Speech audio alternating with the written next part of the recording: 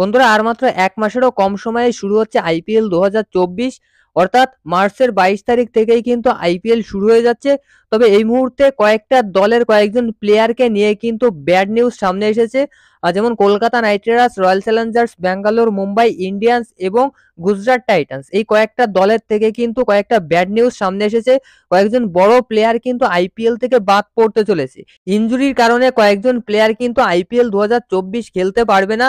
তার সঙ্গে সঙ্গে শ্রেয়াস আইয়ার এবং ঈশান কিষান, এই দুজন প্লেয়ারের প্রতি কিন্তু বিসিসিআই খুশি না।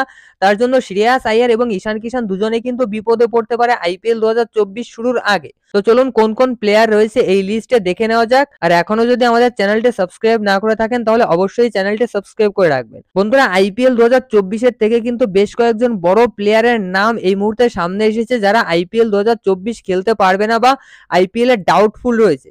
যার মধ্যে গুজরাট টাইটান্সের পেসার অর্থাৎ মেইন পেসার মোহাম্মদ শামি কিন্তু আইপিএল 2024 খেলতে পারবে না ইনজুরির কারণে। তো দেখো মোহাম্মদ শামি ওয়ার্ল্ড কাপের সবগুলো ম্যাচ খেলেছে, তবে প্রত্যেকটা ম্যাচে কিন্তু মোহাম্মদ শামিকে ইনজেকশন নিয়ে খেলতে হয়েছে। মোহাম্মদ শামি কিন্তু গুরুতর ইনজুরিতে রয়েছে। আইপিএল 2024 তো মিস করছে, তার সঙ্গে সঙ্গে কিন্তু টি-20 ওয়ার্ল্ড কাপ 2024ও মিস করতে চলেছে মোহাম্মদ শামি। মোহাম্মদ শামিকে আবারও ক্রিকেট ফিল্ডে দেখা যাবে বন্ধুরা বর্ডার গাভাস্কার ট্রফি 2024-25-এ। নেক্সট বন্ধুরা শ্রেয়াস আইয়ার এবং ঈশান কিষান, এই দুজন প্লেয়ারের প্রতি কিন্তু বিসিসিআই খুশি না। হ্যাঁ বন্ধুরা, শ্রেয়াস আইয়ার এবং ঈশান কিষান দুজনকে কিন্তু বিসিসিআই রঞ্জির ম্যাচ খেলার জন্য ইনফর্ম করেছিল এবং দুজনে কিন্তু রঞ্জির ম্যাচ ইগনোর করে আইপিএল এর প্রস্তুতি নিচ্ছে। শ্রেয়াস আইয়ার কিন্তু মুম্বাইয়ে কেকেআর এর ক্যাম্পে জয়েন করেছে, ঈশান কিষানও কিন্তু মুম্বাই ইন্ডিয়ান্সের ক্যাম্পে জয়েন করেছে।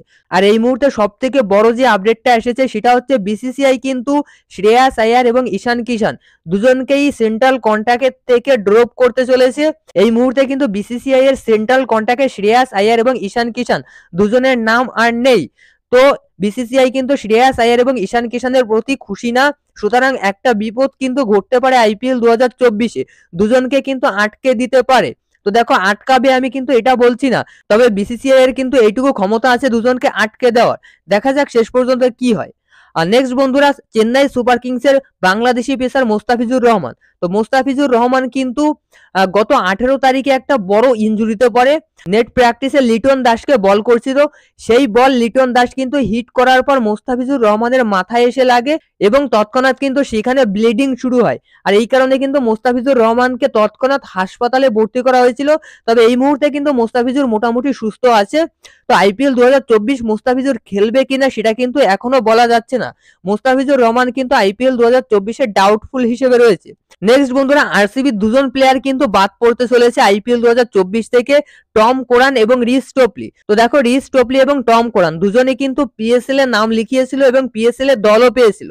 তো এই মুহূর্তে পিএসএল থেকে কিন্তু দুজনই রুলড আউট হয়ে গেছে, নাম উইথড্র করে নিয়েছে টম কোরান এবং রিস স্টোপলি দুজনই। সুতরাং আইপিএল এ দুজনকে দেখা যাবে কিনা সেটাও নিয়ে সন্দেহ রয়েছে।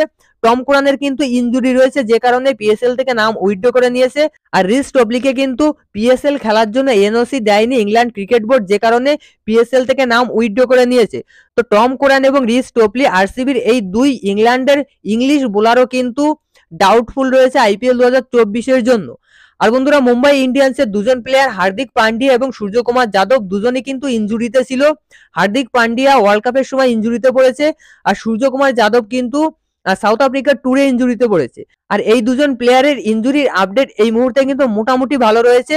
খুব সম্ভবত প্রথম ম্যাচ থেকেই হার্দিক পান্ডিয়া এবং সূর্যকুমার যাদবকে ম্যাচ খেলতে দেখা যাবে। যদি এনসিএ আইপিএল 2024 খেলার সম্পূর্ণ ক্লিয়ারেন্স দেয় তাহলেই কিন্তু আইপিএল খেলবে।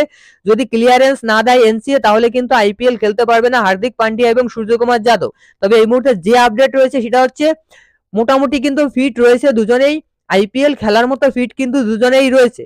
তবে লাস্ট পর্যায়ে একটা টেস্ট করা হবে, সেই টেস্টের উপরই কিন্তু দুজনের আইপিএল ডিপেন্ড করছে। তো এই কয়েকজন প্লেয়ার কিন্তু আইপিএল এর ডাউটফুল রয়েছে, যার ভিতর মোহাম্মদ শামি কিন্তু অলরেডি রুলড আউট হয়ে গেছে।